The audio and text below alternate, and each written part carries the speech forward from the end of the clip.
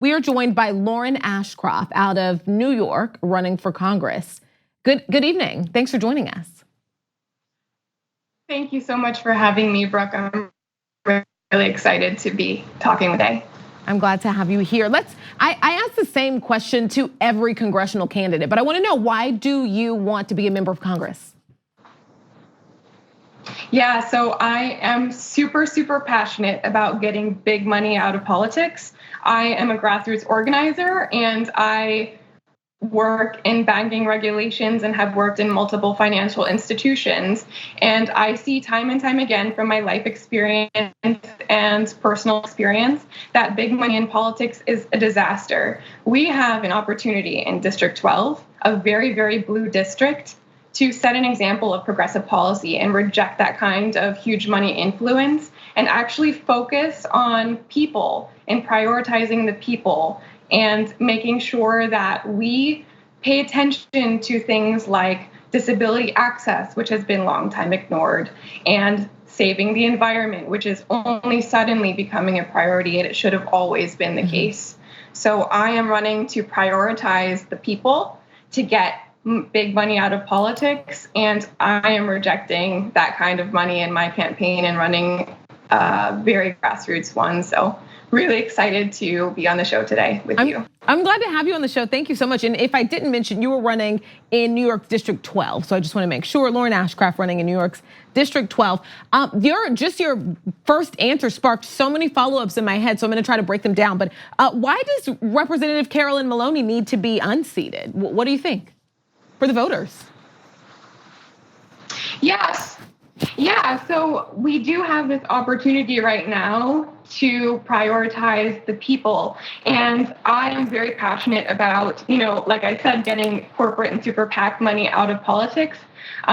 Carolyn does accept that kind of big money influence, and decisions like voting for the Iraq War and voting to repeal part of the Glass-Steagall Act, and just the decisions that politicians who accept this kind of influence make are usually or often contradictory to what constituents need. So I want to unseat my opponent and really just have a people-driven, people-focused platform. So you mentioned something a second ago that I have heard a lot from you and doing a little research, but disability access, and specifically I saw you talking about disability access to subways, and that's important to you. And subways, it's important to everybody in the state of New York, absolutely. So break that down. What can be done and what needs to be done?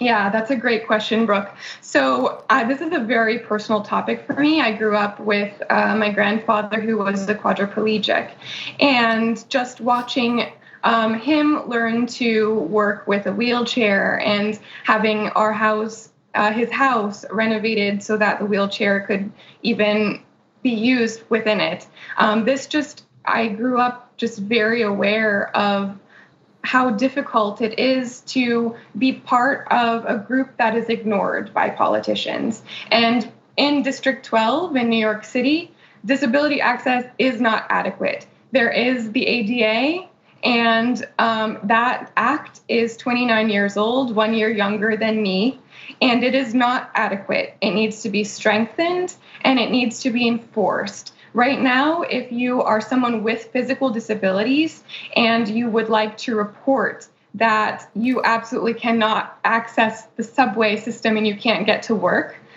you actually would be required to pay for court fees in order to take whoever it is you're reporting to court. And I would like to strengthen the enforcement of the ADA so that that burden is not on the people that need accessibility. Everything should be accessible: public spaces, public transportation. Our subway system, I think about 25% of subway entrances have elevators. Half the time they don't even work. So this is a huge issue for my district and city, and it has been long ignored, and the ADA is not adequate to enforce or, take care of people who have been ignored by the system. And what do you do for someone who doesn't live in New York? What do you do? How 25%? What do you do if you are not able to use the stairs? Do you just not use that entire station? Yeah, it's possible that you need to go 10 stations out of your way to exit the subway system, which is absolutely not it's not acceptable, it's not accessible. Yeah. And we're all equal and we're not being treated as such. And I would like to amplify the message of people who've been ignored because there isn't a huge price tag that goes along with their issues. That's really important. I'm glad that you're drawing attention to that. That's something that I don't even think I knew. We're all kind of in the studio, a little wowed and disappointed by that. I want to get your stance on a couple other issues. Let's talk Medicare for All. Where do you stand on Medicare for All? Yes, 100% single payer Medicare for all. It is very important. I'm okay with getting rid of, not just okay, I am really happy to get rid of this middleman, private insurance companies that exist only to create a profit in the middle from people that are suffering and people that are worried about how to survive. Mm-hmm. So I really appreciate this single payer Medicare for all. And I am willing to be very vocal and fight about this particular issue. I'm going to ask you something that I asked our previous guest as well. This is something I think when you talk about people who are forgotten, I think a lot of people just in the public, a lot of voters, they are concerned with what's going on in Congress now. They wanted, I guess, maybe a quicker change. And I want to ask everyone who comes on the show, where do you stand on impeachment? I am for impeachment. I actually beat my opponent to announcing that I am for that. Uh-huh. It is our duty. If I am honored to be elected as a person in Congress, it is the duty of every congressperson to defend the Constitution against foreign and domestic enemies. And if Trump committed what Mueller has so eloquently laid out in his report, that is certainly worth an investigation and proceeding with impeachment hearings. Let's talk women's rights, abortion rights, equal rights. As a congresswoman, what are your plans to protect women's rights? Yeah, so as an intersectional feminist and someone who's been very vocal in the women's rights community, I just want to say that fighting for women's rights is not even adequate. You have to fight for everyone to be equal, including women of color, trans women, LGBTQ plus everyone. So I actually have an idea. It's called the Even the Playing Field Act. And this is one way that we can close the wage gap for everyone. And this is something I'm really excited about. It's an act that would require all employers that employ 250 or more people to disclose in a job advertisement a reasonable salary range that they're willing to pay that applicant who qualifies for the job. And what that would mean is you absolutely, by law then, whenever you're offered the job, you would not be shocked with the salary you're offered because it would be in that range. What you would also know is that you're being offered something in the same range as every other person that's applying for the job, no matter your gender or background or anything. So I think that would add transparency and also give people the assurance that they are not being discriminated against because of their gender or race or color or anything. And am I correct on the information that you worked at JP Morgan Chase? Is that right? Yeah, I still do. And okay. Yeah. So I work as a project manager, and I work specifically to help ensure that banking regulations are being followed within the company. And responsible regulations are something that I'm very personally passionate about. And it does concern me, the rollback of Dodd-Frank, for example, that was meant to protect us from another economic crisis. And I want to use my experience in the financial sector. I worked in multiple institutions in the financial sector now. I want to use that experience and sit on the Financial Services Committee and make sure that I am representing the people, not profit. And I also read that one of your main focuses is comprehensive voter equality. Can you break that down?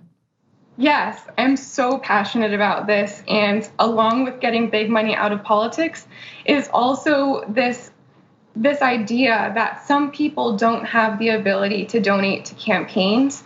And even if we do reduce the only things that are able to donate to campaigns would be people. Even if we get it down to that and reverse Citizens United, there's even some concern there. So my idea is that every single person that's eligible to vote would be eligible for a federal tax credit on your federal income taxes of $100. And you could use that $100 on donating to politicians that speak to your passions and represent the issues that you care deeply about.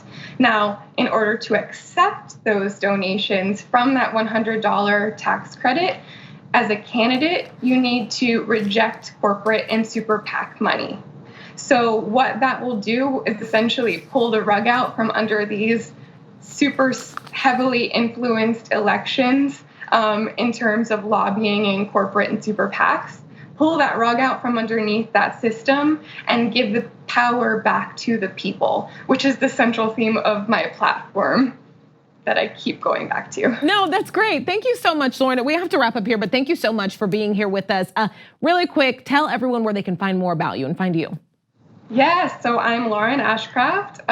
Go to laurenashcraft.com. In the next month, because we are so grassroots, we're looking to hire a campaign manager that would allow my amazing volunteer staff to concentrate on other things other than managing the campaign. So we would really appreciate any support that you're willing to give in terms of donations, no matter the size. And I really appreciate if anyone even reaches out to me with questions. I love to speak with constituents and voters and anyone with concerns that I can help represent and amplify. So I appreciate your time today. I appreciate your time. Thanks so much. Lauren Ashcraft, running for Congress in New York's District 12. Thank you so much. Did I get that right? Is it 12? It's 12, right? That's correct, yeah. Okay. Thanks so much. Thank you, Brooke. Like what you see? Click the subscribe button below and don't forget to ring the bell to never miss another video from the Young Turks.